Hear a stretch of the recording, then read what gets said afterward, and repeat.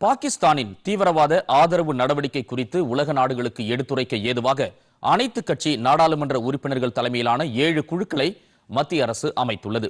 இந்த குழுக்களுக்கு காங்கிரஸ் உறுப்பினர் சசி தரூர், பாஜகவின் ரவிசங்கர் பிரசாத், ஐக்கிய ஜனதா தளத்தின் சஞ்சய் குமார் ஜா, பாஜகவின் பியாஞ்சந்த் பாண்டா, திமுகவின் கனிமொழி, தேசியவாத காங்கிரஸ் கட்சியின் சுப்ரியா சுலே, சிவசேனாவின் ஸ்ரீகாந்த், ஏக்நாத் ஷிண்டே ஆகியோர் தலைமை வகிக்க உள்ளனர்.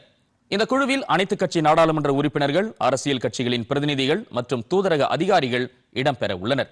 இந்த குழுக்களானது இந்தியாவின் நட்பு நாடுகள் மற்றும் ஐநா பாதுகாப்பு கவுன்சில் உறுப்பினர் நாடுகளுக்கு இம்மாத இறுதியில் பயணிக்க உள்ளது. இதுகுறித்து மத்திய நாடாளுமன்ற விவகாரங்கள் துறை அமைச்சர் கிரண் ரிஜிஜு வெளியிட்டுள்ள எக்ஸ் தள பதிவில், தீவிரவாத விஷயத்தில் எவ்வித சமரசத்திற்கும் இடமில்லை என்ற இந்தியாவின் நிலைப்பாட்டை பல்வேறு நாடுகளில் எடுத்துரைப்பதற்காக 7 குழுக்களை மத்திய அரசு அமைத்திருப்பதாகவும், இந்த குழுக்கள் விரைவில் அந்நாடுகளுக்கு செல்ல உள்ளதாகவும் கூறியுள்ளார்.